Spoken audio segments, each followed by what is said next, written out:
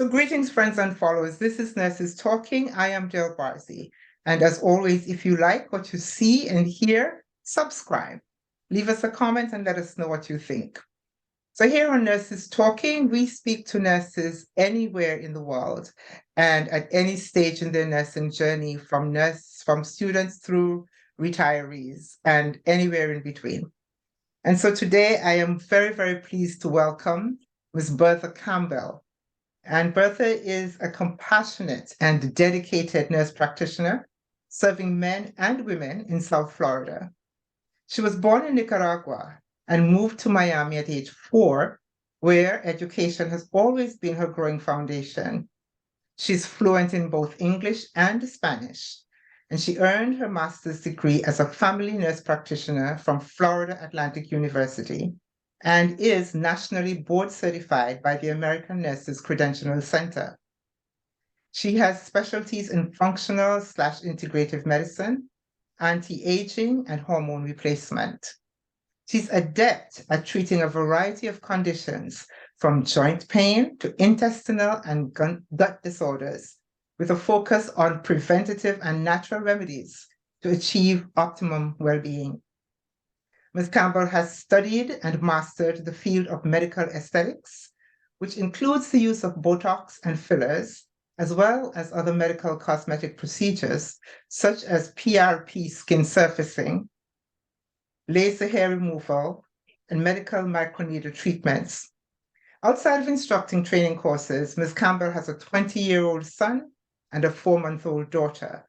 She's a proud solo mom by choice and enjoys traveling, dining out, and dancing to soca music. So, thank you so very much for doing this, and welcome. Thank you, Dale. Happy to be here. It is my pleasure. I'm so glad you could join us. The first thing I usually want to know from nurses is why. Why are you nurses? Why are you a nurse? I think because I come from a family of nurses. Ah. Yeah, that's how that happened. It wasn't what I wanted to go into. I wanted to be a doctor. Uh-huh. But I did have my son early. And so changes, plans, had to be shifted a little bit. And so I went down the nursing route, which I'm actually very happy that I did. It's a career, I have to say, has been very rewarding. As I speak to nurses, I find many of us are coming from a different perspective in that. That's not where we started off to be. And something sort of channeled us into this into this area. And Right. we're like, okay. It calls you, yes. It calls you. Yeah. And so were there any challenges for you? Absolutely. And challenges in what ways? Just challenges every day. I mean, well, what were your greatest challenges actually becoming a nurse? So I mean, nursing school is hard. Mm-hmm. If anyone has been through nursing school is extremely difficult.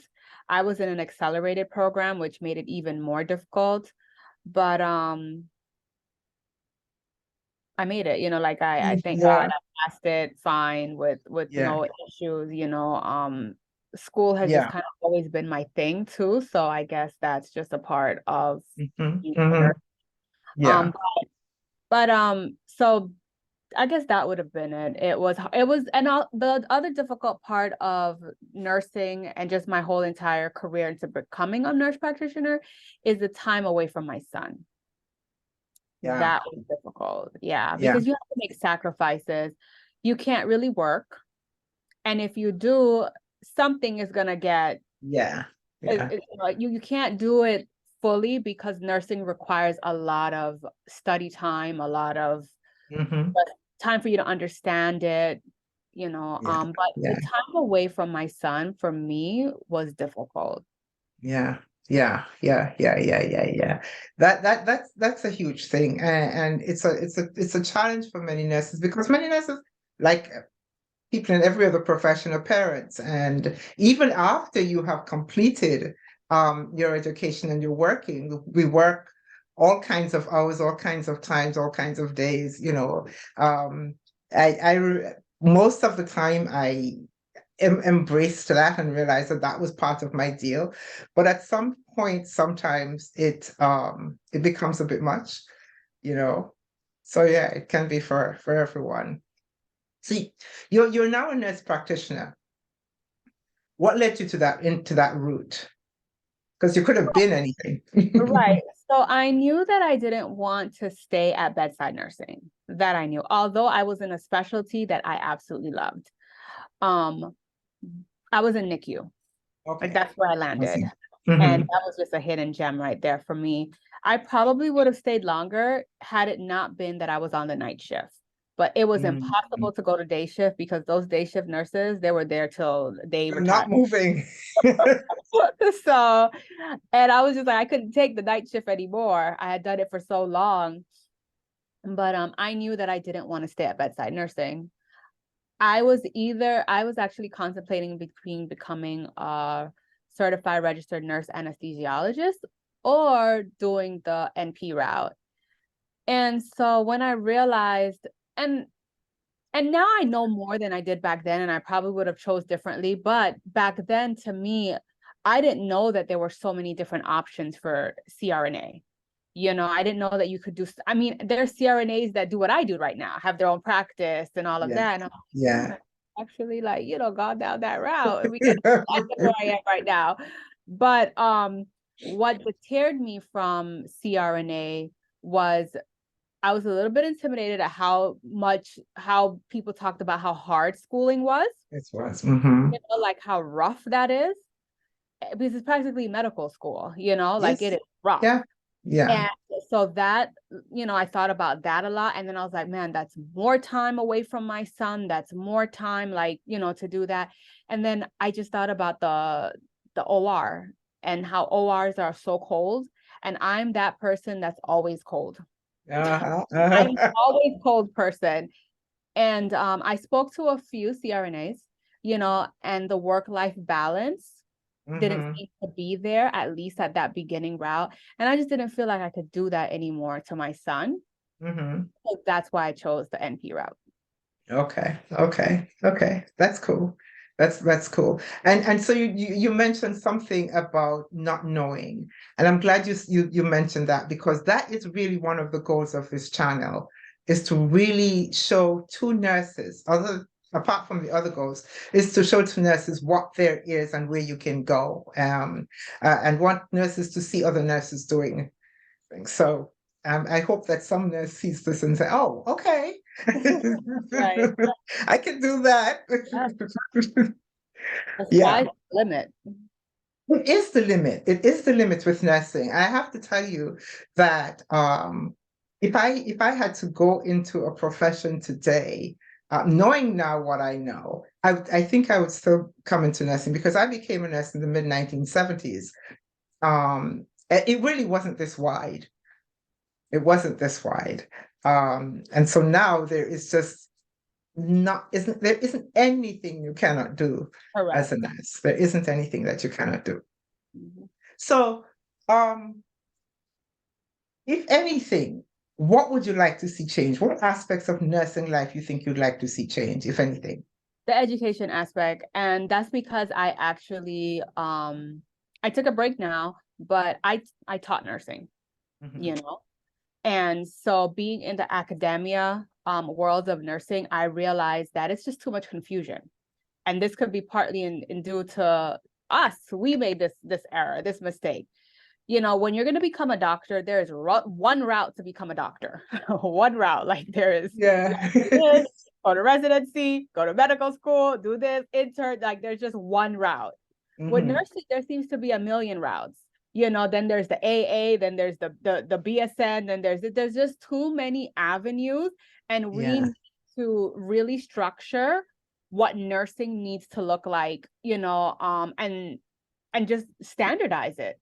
Across the country, because it's too much confusion. Oh, I mean, I think even back then I was a little bit confused, like, okay, so I did my AA, as an accelerated program because I already had my bachelor, so I could go do the AA. And I was like, okay, so then took my NCLEX. And in my head, I was like, well, do I have to take another NCLEX when I get my BSN? Like, how does that work? And if you don't, it's one NCLEX. Yeah, that exactly. And so I'm like, there's too many routes to this, and they really need to standardize this, and what that looks like, because it's too confusing, and I feel like we don't get respect because of it. Yeah, that's true. That's very, very true. That's very, very true. And as you just mentioned, you said there's one NCLEX. We're all taking the same NCLEX.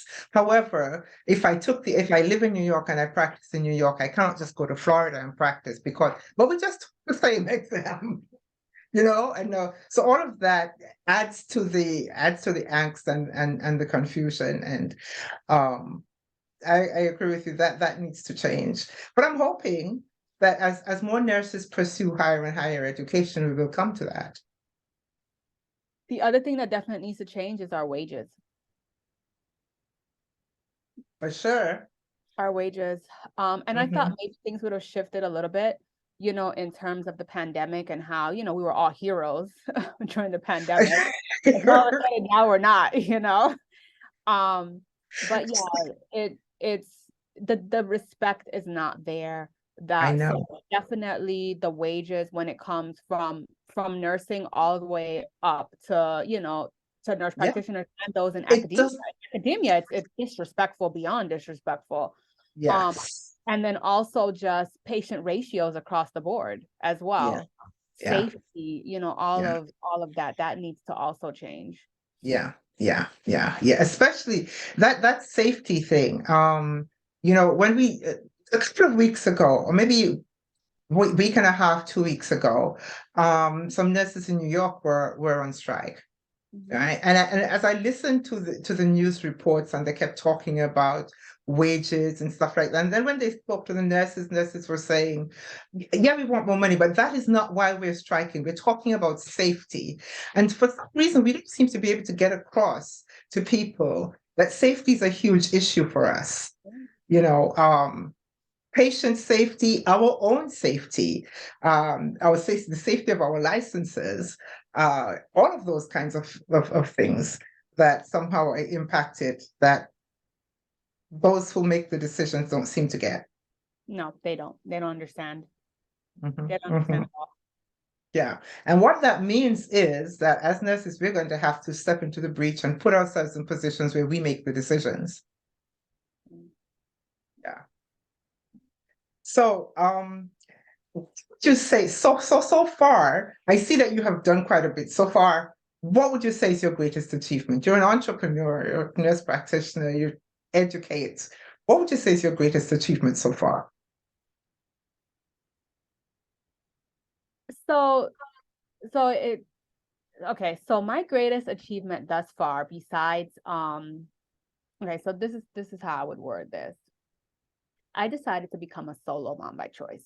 And for those that do not know what a solo mom by choice is, either it's single mom by choice, I prefer solo mom by choice, SMC or SMBC is how you'll see it abbreviated. Basically means that, as a woman, I decided that I wanted to have a baby, and I decided to have a baby on my own, but I went searching for a donor, whether you look through a catalog, to find that donor, like however you find that sperm donor for the child, and then you decide and you have the child. Anyway, so that I decided, I turned 38. I think I had my 38th birthday. And then I was like, I cannot be 39 and not pregnant, because, as women, we have this thing called our biological clocks. And my business was in its infancy. And I decided I have to do this now. And I know it wasn't the best time, but my biology wasn't going according to what was the best time. And so I decided to do that. And I had a terrible pregnancy, which I did not anticipate. I ended up with pregnancy depression, which they didn't really speak to me about this when I was in, school. I always heard about postpartum depression, but never did anybody emphasize what pregnancy depression looks like. And that was rough. Well, anyways, Dale, I literally don't know how I survived that, because I was done. I was done. I thought life was over. My business, I was like, if it goes down in the ground, it goes down in the ground, and it was in the ground, you know? And Yeah. the fact that I was able to, now the delivery was beautiful. It was exactly what I wanted. So that tops a lot of my accomplishments there, because I was able to do that with 0 meds, 100% natural, beautiful, easy, pain-free labor. You know, I prayed and manifested about that. So that occurred. And, you know, I had her 3 months at home with her, and then came back to the business. The fact that I survived, that my business survived during that time, I was pretty much out of commission for about 9 months, because my situation started around 3 months of pregnancy, and then I stayed home with her for 3 months. So yeah, about 9 months, I would say I was like 9 to 10 months, I was out of commission. I was not really there. My headspace, Yeah. nothing was there.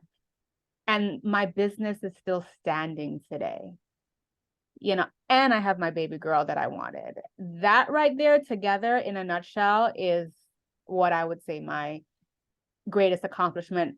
Whatever's going to come after that, I know there's going to be other things I'm going to accomplish, but this right here, this definitely is a topper right now.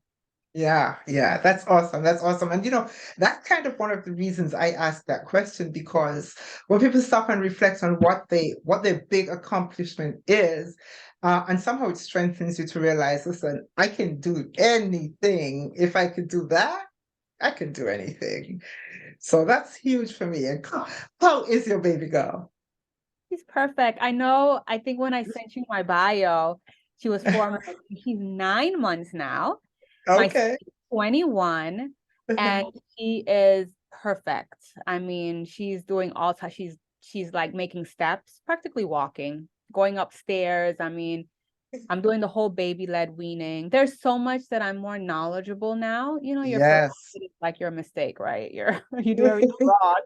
At least I did a lot of mistakes. So this one, I'm like, oh, it's my do-over child, you know, all the things that I know now and I'm more educated on. I'm definitely doing them with her, and she is thriving in so many ways. That's really is that's awesome. That's awesome. That's awesome. That's awesome. I love it. So your business is called the Institute of Optimal Healing and Aesthetics. Yeah. What is your big vision for this? So we, as women of color, African American community, the Black community, the Afro-Caribbean community, you know, we're very behind when it comes to medicine. Mhm. And I am in love. My first love is functional medicine, Mhm. anti-aging medicine, holistic medicine. When I go to these conferences and I hear these, you know, these speakers, and I'm learning about all of these different modalities and these things, it's like, man, we are so behind. We're the ones that need it the most, but we're so behind. And so my vision is that I spread the word. I spread, you know, what's out there. Like, it's not just here's a pill for your ill. You know, there's so much more to this. There's so much Yes. more things out there. There's peptides, there's stem cells, there's exosomes, there's, you know, there's so many things out there that are just like, I mean, people are being healed on things that people think they cannot be healed on because they've been told that, you know, like they've Yes. been told this is what you have and you just have it for the rest of your life. And it's not so. And it's the people that have the money, that spend the money on these types of treatments, that they're fine.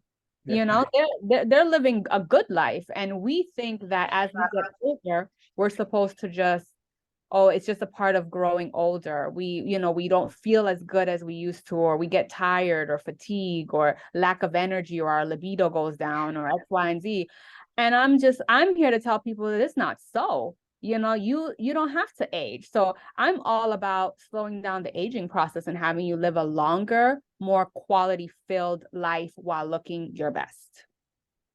That you are speaking to me. You are so speaking to me. Um, uh, I love it. I love it that you're talking about, because one of the things I am a 70-year-old. And as I see people in my own age group and younger, who, for whatever reason, as I say, the light has gone out of their eyes. There doesn't seem to be hope. There's no spring in the step. You know, the shoulders are already going like this when you really could be like, there's no reason. We're looking down when we should be looking up.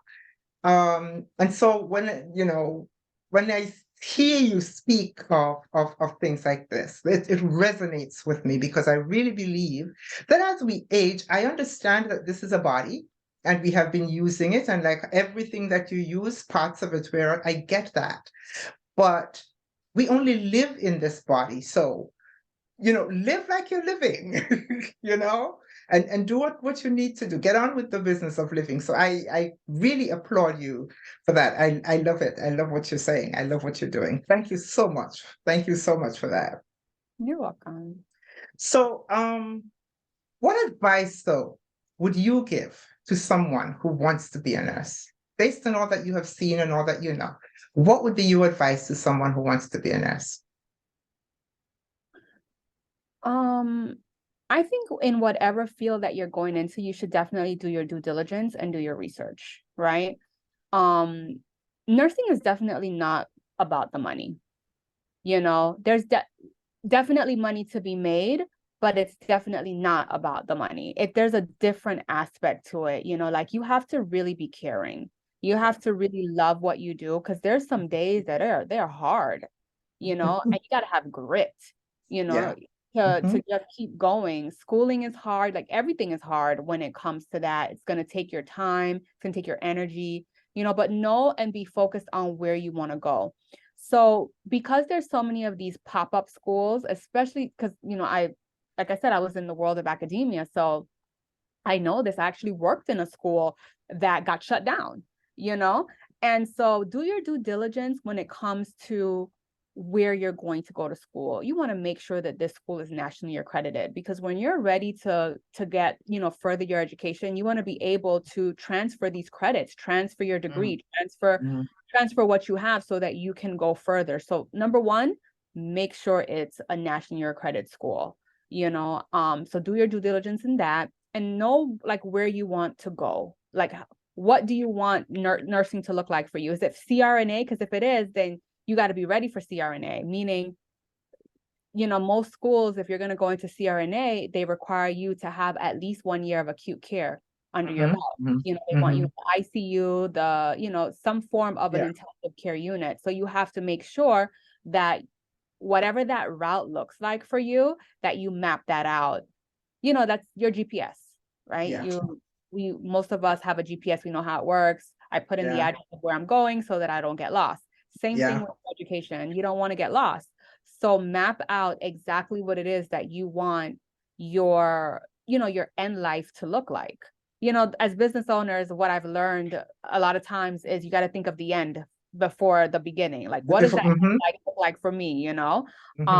Same thing. So what does that look like for you? And then map out those goals and crush them. Find a mentor. Find somebody that is doing what you want to do, and ask them to be your mentor. Find a mentor. Go further with somebody else that's already been there. Don't be so hard-headed and think that you can just learn whatever. We need each other. We need each other on the floor. You need someone to help. You need people in nursing. You don't want to burn bridges, because this world is small. Very, very, very. You don't want your name to have a bad reputation, like you don't want to get blackballed. So just know, which route you want to go in. And there's lots of different routes. There's some people that want to become, nurse midwives.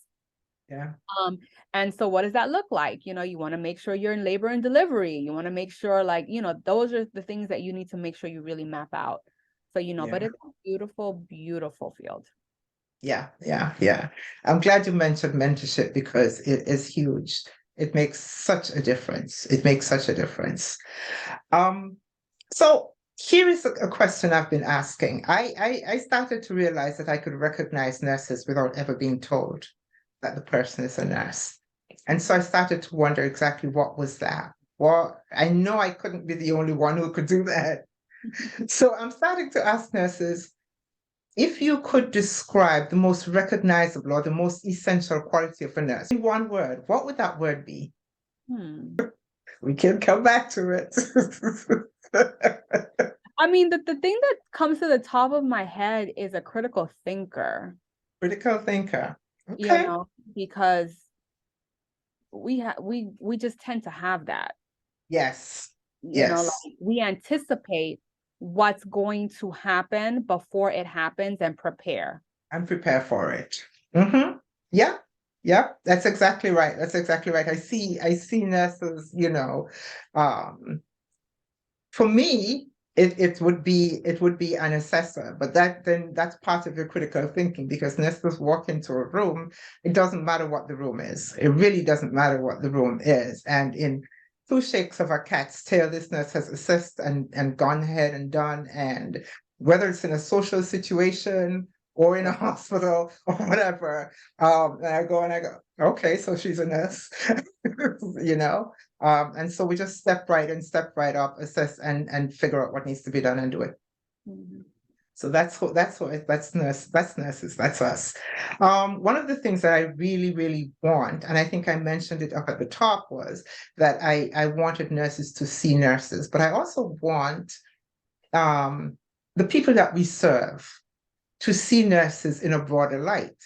Because, you know, as we talk about, many nurses, many people see us. If you tell someone you're a nurse, their first question to you is, which hospital do you work in? Right. Right. And I want them to see us in a broader light than that. So if you had to just say to the public one line about what is a nurse, how would you describe a nurse? So let's see. What is a nurse? So a nurse is someone, male or female, who can be in any field or industry, Yes. where their expertise on definitely that assessment process, right? On their assessment process and diagnosing their nursing diagnosis that, Yes. Yeah. and pretty much kind of like own and handle that situation. So whether it's legal nursing, whether they're on an airplane, whether they're on a ship, you know, whether they are in academia, or, you know, in a clinic or running a clinic. I know RNs that run clinics. They're business owners. They're business owners, yes. They're business owners. So it doesn't matter what field or industry they're in, they're leaders. They're leaders, they're caring, they're leaders, they are on point, they're critical thinkers, they, Yeah. we just know what to do. We just do it. We just do it. And I love those two words that you said. You said own and handle. They own and handle the situation. And that's what nurses do. That's what nurses do. Thank you so much for this, Bertha. It's been great. I've enjoyed talking to you. Thank you, I love your outlook. I love your outlook, especially your outlook on aging. So thank you so much for that. You're welcome.